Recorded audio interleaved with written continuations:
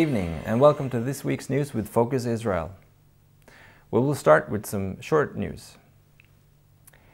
The financial shockwave that struck the world's financial markets this week due to some bad news from Dubai seemed to have missed Israel.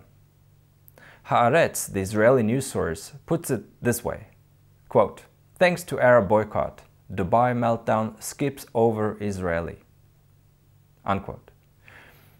Few Israeli export companies to Dubai and few businesses from Israel do have connections with Dubai due to this boycott. Vilna Gaon, a rabbi from the 18th century, had a prophecy suggesting that the third temple will be rebuilt on March 16, 2010. That is an interesting date for many reasons. One, it's the day after the great Hurva synagogue has been rededicated. But even more interestingly, it is Nisan 1, the biblical date for the first day of the first month of the religious calendar. And now over to an interview made by Paul Whedon up in Jerusalem concerning the situation with the kidnapped Israeli soldier Gilad Shalit.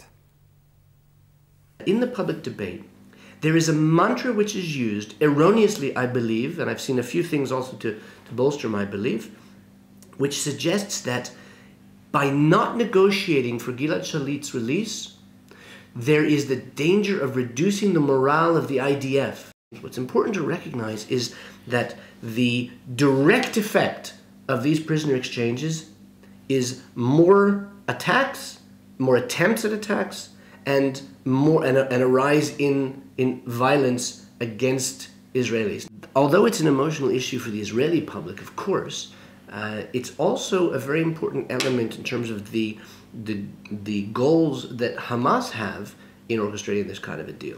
Because one of those goals is to prove that Hamas and their tactics, their resistance, their terror, their attacks on civilians, etc., actually bring greater benefit to the Palestinians and Palestinian society than do negotiations or more moderate approaches of other leaders. Not that I would say that Fatah is reasonably called a moderate party, but in comparison to Hamas, Fatah at least believes in the principle of a negotiated settlement or a negotiated process. This is a very important issue. This was our 11th show with Focus Israel, and we've now shown you what we want to do, what we intended to do, and we trust that you've enjoyed it and that you've learned a lot from it.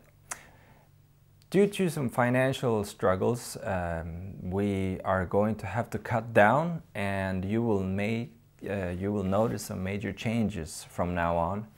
And you've already noticed one this week, that our presence in Israel is going to be minimal for now.